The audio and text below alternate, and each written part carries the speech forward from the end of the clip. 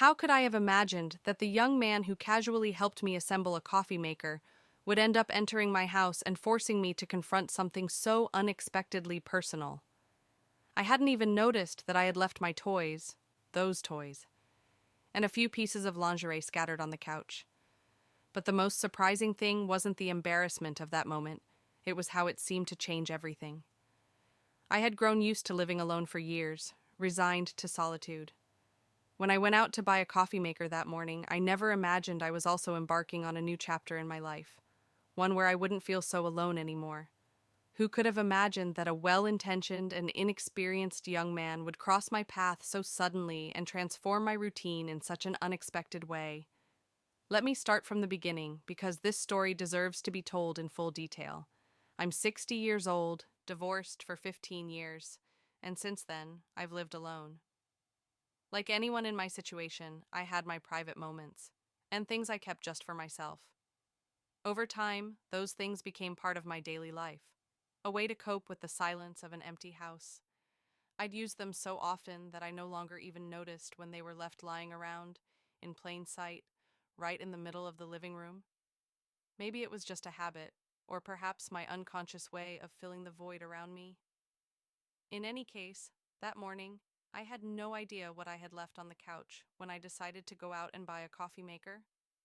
It seemed like an ordinary day, but it was far from it. Everything began to change the moment Jake walked into my life. Jake was 23 years old, enthusiastic, warm, and carrying the coffee maker I had just bought. When I opened the door to let him in, I thought nothing of it. It seemed natural to ask for help carrying the box into the house, but as soon as he stepped into the living room, his eyes scanned every corner of the space, and his expression shifted subtly, almost imperceptibly. Then he saw the couch, with the toys and the pieces of lingerie I had left there. I was so used to seeing them around that I hadn't even realized how they might appear to someone else. To me, they were just part of the furniture.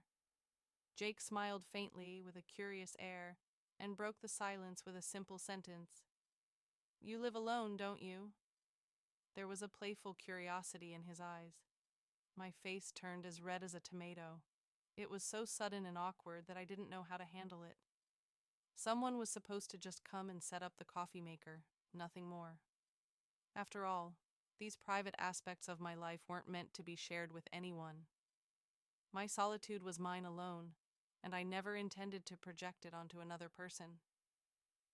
"Jake, please, let's just pretend you didn't see any of this," I said, my voice trembling slightly. It felt as though everything I wanted had crumbled in that instant. Jake looked at me and smiled. "As you wish," he replied. "But you know, these things aren't exactly easy to ignore. They kind of stand out, just like you." That left me even more flustered. Slowly, I turned my face to the side and murmured, "Jake, please, don't forget to subscribe and turn on notifications for more stories like this. I know you won't be able to resist leaving a comment after hearing everything. Let's talk about it. I'm curious to hear your thoughts." With his usual warm and genuine demeanor, he continued, "It's completely natural to have these things when you live alone," he said, now with a different sparkle in his eyes. "We all have our needs, you know, but sometimes those things just aren't enough, are they?" I could feel the subtle emphasis in his words, especially at the end. It was as if he was trying to connect with me, reaching out boldly yet gently. Our eyes met for a few seconds, and in that moment, something began to form between us. A silent attraction, a quiet intensity, something unspoken. I felt Jake's warm gaze on me, and with every passing second, it seemed as though we were growing closer. Every word he spoke seemed to touch my soul. And that's when I realized what I was feeling was different. Jake commented with that curious glimmer in his eyes. "I noticed it from the very first time you came to pick up the coffee maker. You gave me a feeling I've never had before." I hesitated for a moment before responding. What could I say? My feelings were jumbled, but resisting this connection felt almost impossible. "You did the same for me," I replied with a small smile. "Otherwise, I never would have accepted your offer to help or let you into my home."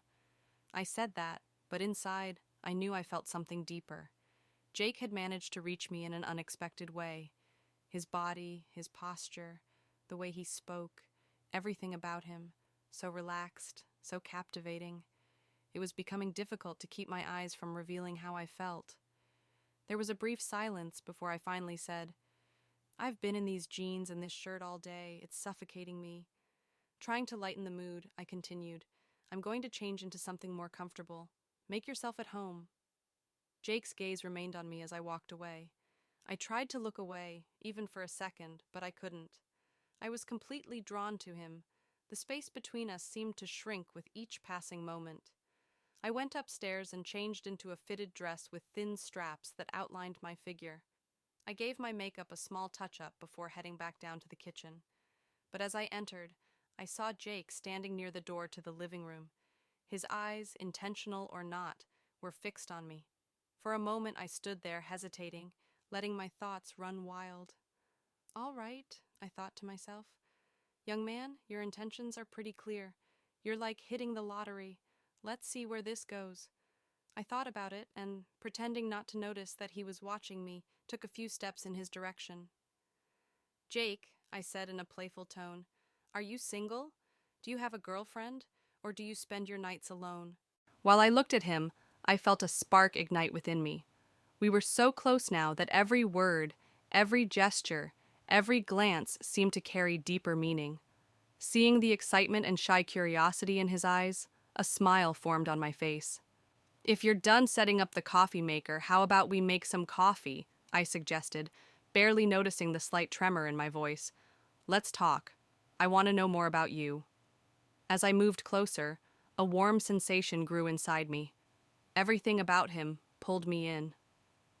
Jake sat down in a chair, shifting slightly as though trying to find a comfortable position. Meanwhile, I stepped closer and pulled my chair right next to his. When I sat down, I felt my skirt ride up slightly, just a few inches, but I was fully aware of it. Jake's eyes traveled upward slowly, stopping just before they met mine. I could sense how attentive he was, how genuine. I looked at him, trying to make sense of this newfound closeness, and casually smiled as I crossed my legs and rested one arm on the back of my chair. "Have you been impatiently waiting for this?" I teased, trying to keep the moment light. But the tension between us only seemed to grow. Jake, slightly flustered but not breaking eye contact, asked, "How old are you?" His voice wavered between surprise and admiration. "I thought you were 50. A spark lit up in my eyes. Did he really think I was 50? It was intriguing and in some way flattering. I couldn't help but smile. "Do you like women in their 50s more?" I asked, raising an eyebrow as I watched him. Every word, every moment between us drew us closer, feeding the heat of the moment. The surprise in his eyes showed just how captivated he was by me. "That's not what I meant," he replied, a little shy. "You just look so young and beautiful." His words echoed in my mind, warming my heart, yet leaving me slightly unsettled. Being so close now, taking another step, felt both daunting and inevitable. A moment of silence fell between us. I took a deep breath and asked, "Do you have a girlfriend? Are you alone? How do you spend your nights?" These were questions I was eager to answer myself, but nervous to hear the answers too. Jake lowered his voice and, keeping his eyes on mine, responded, "I'm alone." In that moment, I believed him. Alone. But it felt like the kind of loneliness he didn't want. We stared at each other for a while, and I knew he could feel the intensity in my gaze. Something inside me shifted as I waited. My feelings began to solidify rapidly, and I knew I had to act. "This night isn't going to end like this," I said, my voice a little firmer, more determined. My eyes returned to his, and every word I spoke carried weight. I knew in that moment that everything was about to change. "Jake, come," I said, my voice lower but unmistakably inviting. With my eyes, I gestured toward the bedroom and turned without hesitation, certain he would follow. I heard his footsteps behind me, his breathing slightly quicker now. Slowly, I slid the straps of my dress off my shoulders. The fabric brushed against my skin as it fell to the floor. I felt Jake's eyes on me, fixed, filled with admiration, curiosity, and desire. Something stirred inside me, something I knew I shouldn't be feeling, but my expression remained calm.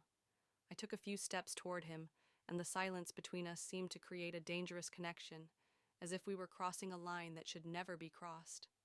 With the tip of my fingers, I gently touched his cheek, waiting for him to make the next move. Jake hesitated for a moment, but finally leaned in toward me. I could see the determination and nervousness mingling in his gaze. His hands rested slowly on my waist, and his face drew closer until his lips finally met mine. His kiss carried the boldness of youth, tinged with inexperience, but that combination made it all feel even more wrong and even more irresistible. I pulled away slowly, letting my thoughts swirl, and walked over to the bed. I lay down on it with slow, deliberate movements, the cool surface against my skin awakening me, but also heightening the anticipation. I looked at Jake. He was still standing, hesitant, as if fighting some inner force, maybe the same force consuming me. "Jake, come here," I called softly, my voice laden with intentions I couldn't hide. I ran my fingers across the bed, pointing to the empty space beside me. "Lie down here, there's nothing to be afraid of." Jake took a few hesitant steps, but carefully lay down beside me. It was as if the weight of the choice we were making hung in the air between us, but neither of us could pull back.